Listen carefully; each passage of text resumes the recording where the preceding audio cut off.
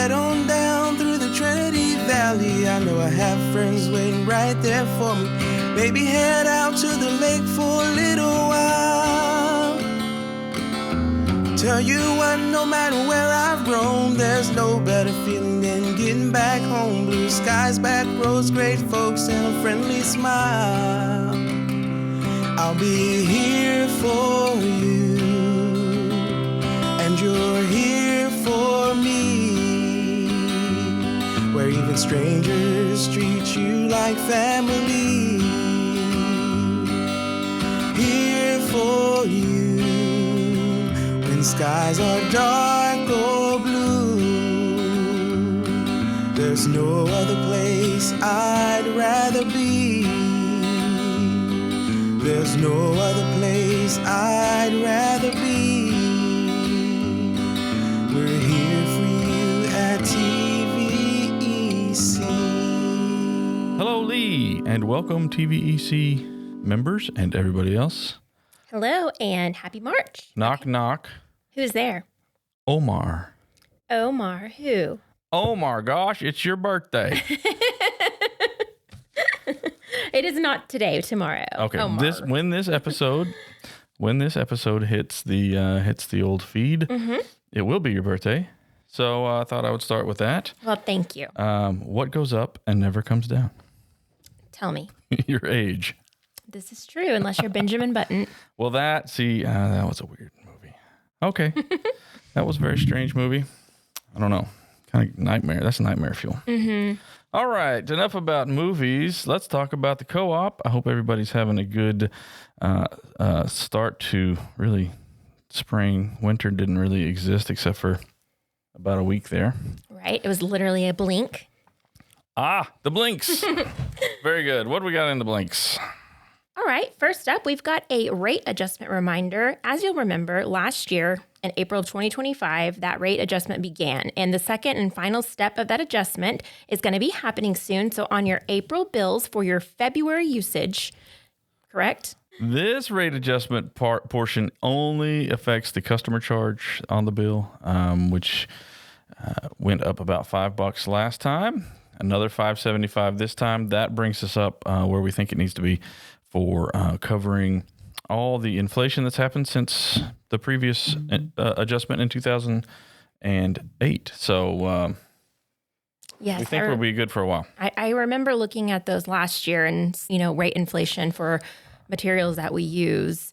And we hadn't had a rate adjustment in quite some time. Yep. So, yeah. And then, of course, now we're watching with wars and all kinds of things going on. You just got to think about how that affects all kinds of things. So we'll see. But that will be, the last part of that. It was a two-step process, and this just affects the customer charge. That will be in April, so still a little time to plan for that. I see you've added another blink here on safety programs. yeah, February was a busy month. We brought our Power Town to, these are the tabletop demonstrations. Mm-hmm. We went to Victory Prep in Scurry. We went to Eustis Primary, and then kids basically learn how electricity moves through communities and how to stay safe around it. Really, really fun to watch their reactions. We've got some video and photos on our social media page. Another fun thing we did is attended Career Day at Wilson Elementary School in Crandall, and Josh Latham, Operations Superintendent, brought a bucket truck out there. Thanks, Josh. Yeah, it was really cool to see that up close and personal at a safe distance, of course. Right. And they got to watch him go up in the bucket and see how high it can go. And then we just talked to them a little bit about working at the co-op and what they can do in the future if they want to be a lineman. So all of these things are things that we will do for schools and groups in our community. So if that's something we can do for you at your school, especially safety, that is so important to let kids know about electrical safety. Jump on the website, click on, there's a little form on there to say, hey, we want you to come out. Jump on there, do that, and we'd be happy to take care of that for you. Yeah, the safety programs are great for kids of just about up to ages 5th grade or so. And then, of course, we also have those career days, which we'll do at any school, but they're great for high schools as well. Are you saying teenagers can't really learn anything after 5th grade or so? I have a teenager, and I attest to that, yes. Stop. Something stops. I don't know what stops. Teenagers can, however, if they are a graduating segue is good. senior, if they're a high school graduating senior, now's the time to apply. They've got until March 30th to apply for one of those scholarships, up to $1,000 for each. You can be a homeschool, you can be a school in our service territory, and you could be a private school. So deadline again to apply, March 30th. You can learn more about that at tvec.net/scholarship. And that is for students who live in a home served by TVEC Power. Correct. So that is for members only, sort of. And so, yeah, that's awesome. Get some school money. Missing account number in the February issue. This is my complete and utter failure. We have the contest. We talk about it on this very podcast, where you can win a $100 bill credit, and that is from a randomized account number in the magazine. And in February, even though it is on the checklist of things to check, somehow I did not put one in the February issue. So that means in this current March issue, there are 2 possibilities to win. Jump into the magazine, check it out. If you need help finding that, call member services. I'm sure they'd love to help you find that. Of course. And of course, it is a one in 80,000 or so. But somebody could win, and it could be you. Yeah, $100 bill credit. That's money. Worth looking for sure. That's awesome. All right. What else is going on in the magazine? So focusing on Texas photo contest. So think about the Texas Co-op Power, of course, pages 16 to 23. We have our local pages.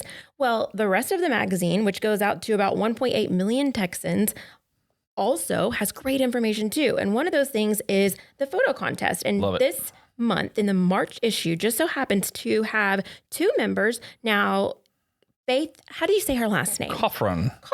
Faith is out there in Canton, where I am. Yeah, I have met Faith several times. If you see a lady, she's wonderful, just running around with the camera, there's a good chance it's Faith. There you go. Well, she was actually featured. She's in the magazine and also on the website. And then Lynn Mayberry, another member, her photo is included on the website. So thank you so much for participating. Get to snapping. I looked, it was like snapping season is actually the April issue that they're going to be highlighting. So it's seasoned snaps. Oh, seasoned snaps. Seasoned snaps. The funny thing is I wrote that so get to snapping before I read that. Oh, nice.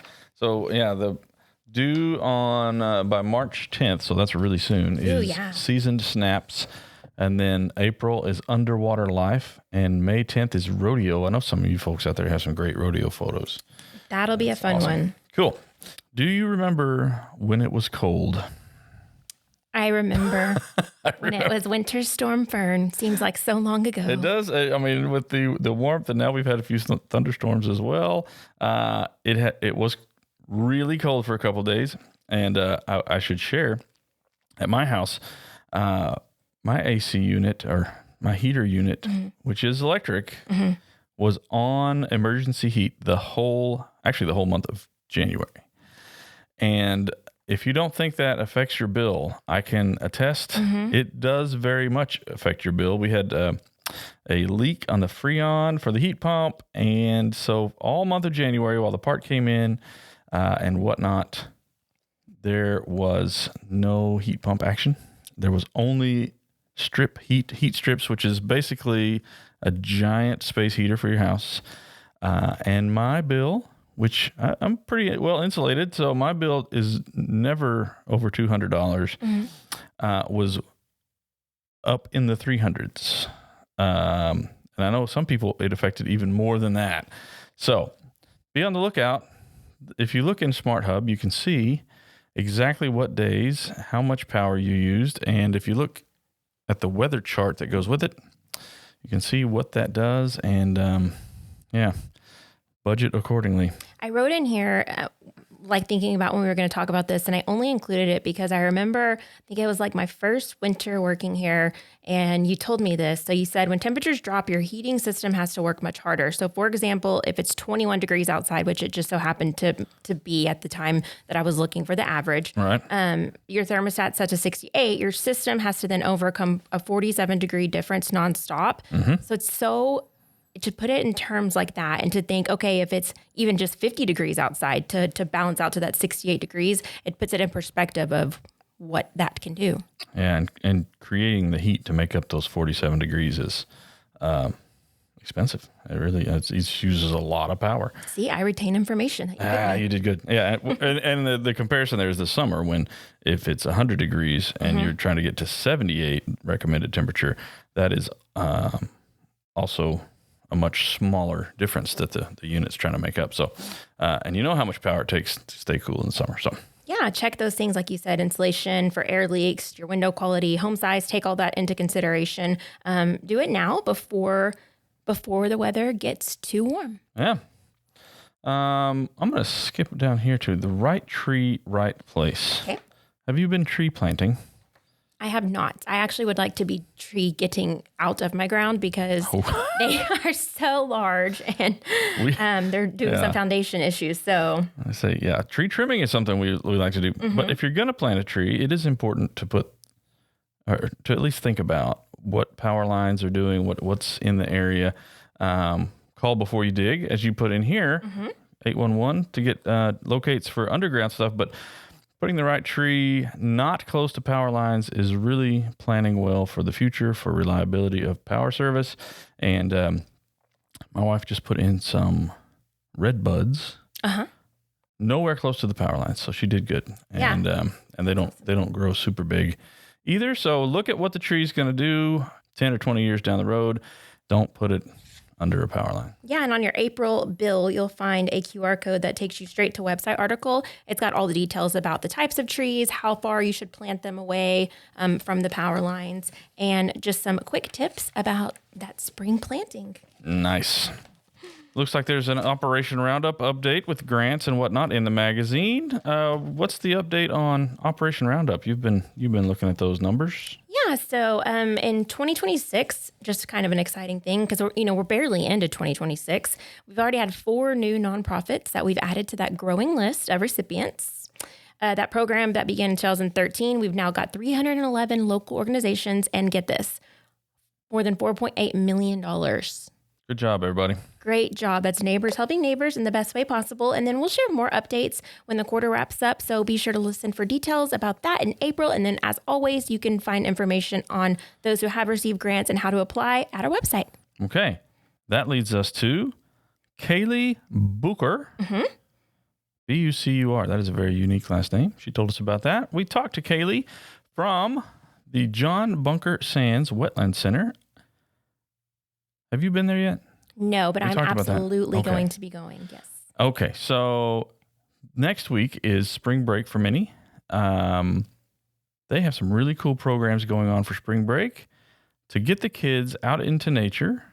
Just listen in when she talks about that. Her enthusiasm is contagious and makes you really want to go out there and see the wetlands. So listen in to Kayleigh.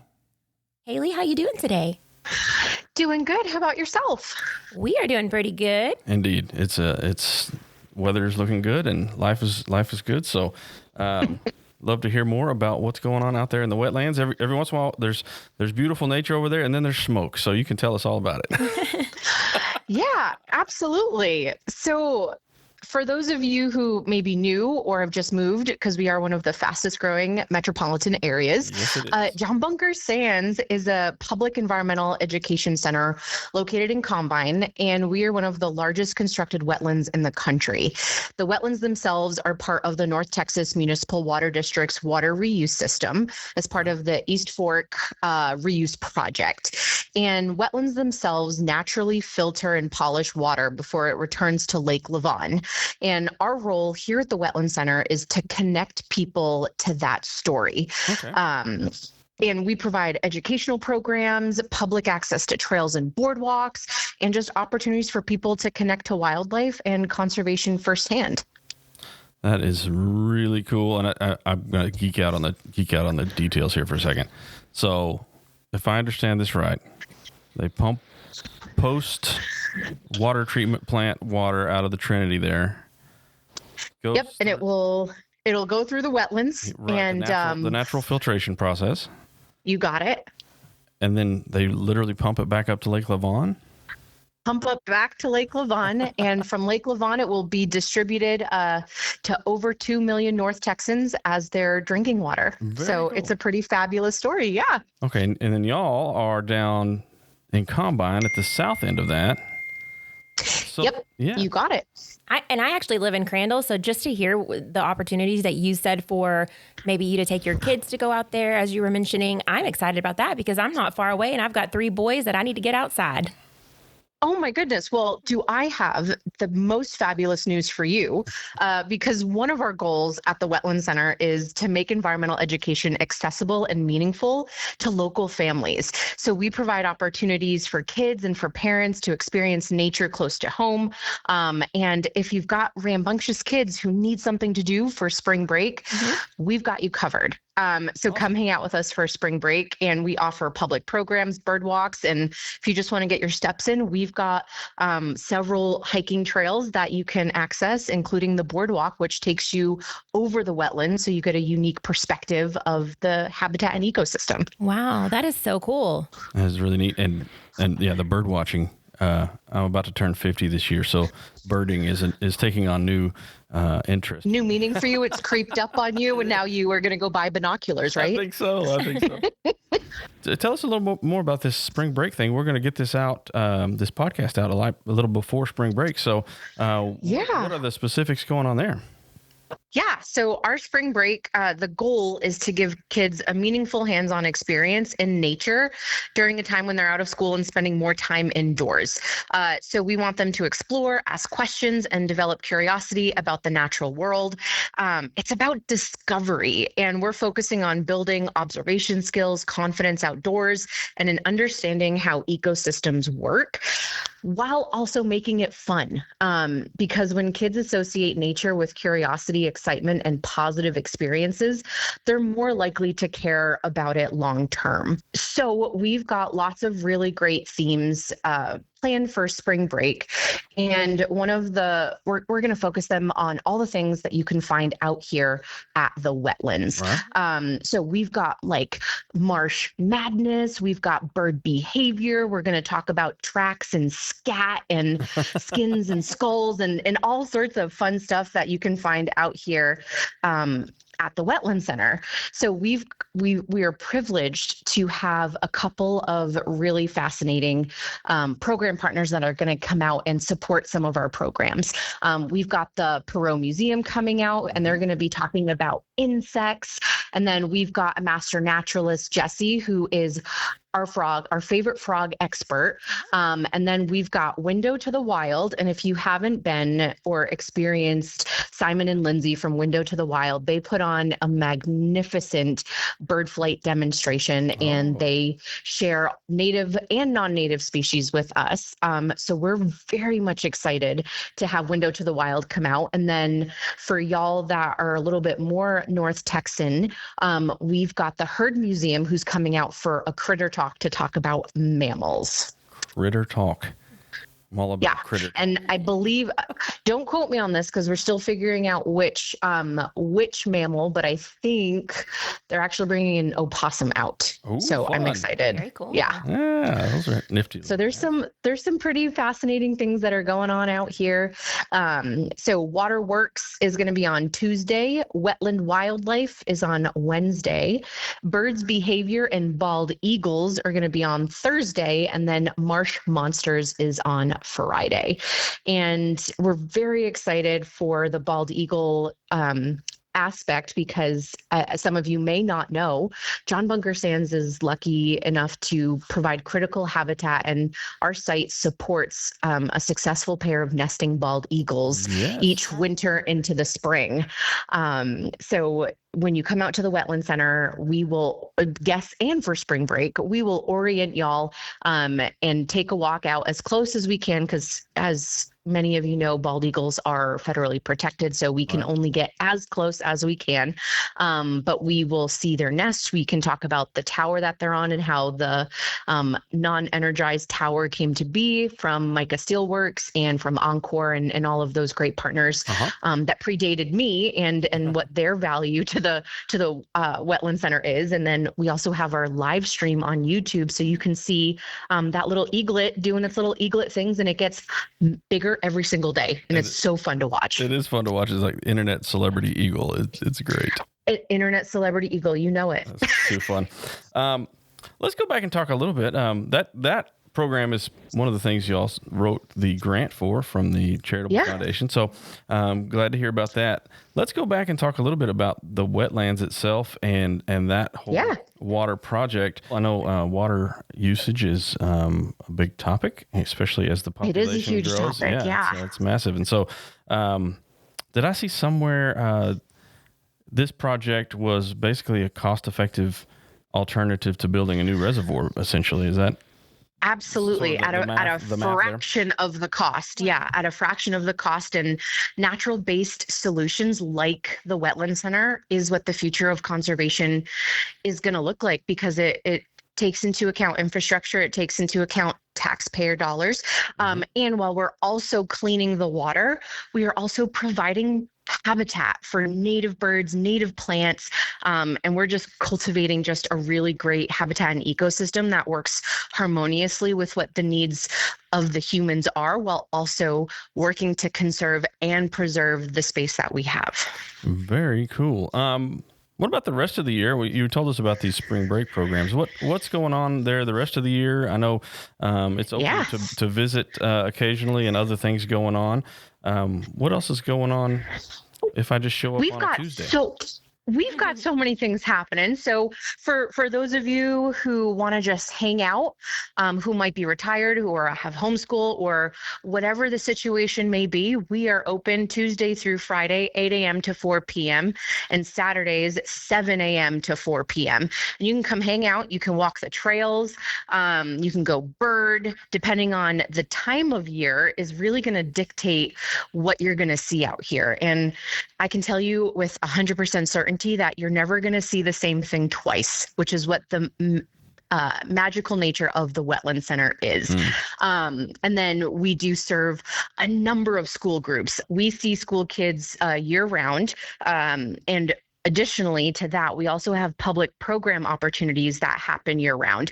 And a lot of it is seasonal because this year might be a weird exception because of the warm weather and then the ice storm and then the warm, we're hitting 76 degrees right now or something like that in February. So we have a lot of great opportunities.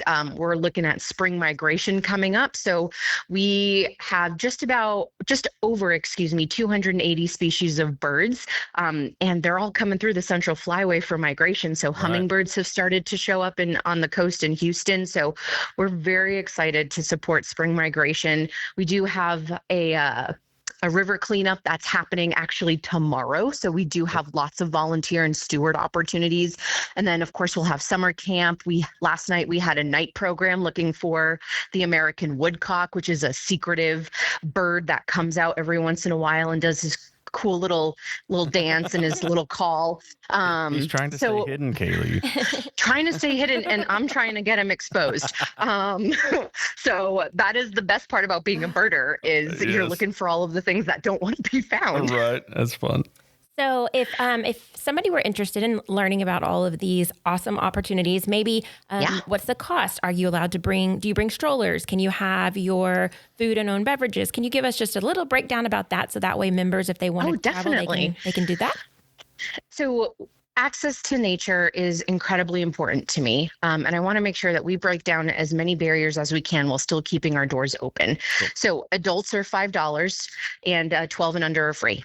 We also have a special price for veterans. And if you're a member, with your membership fee, you get free access year round.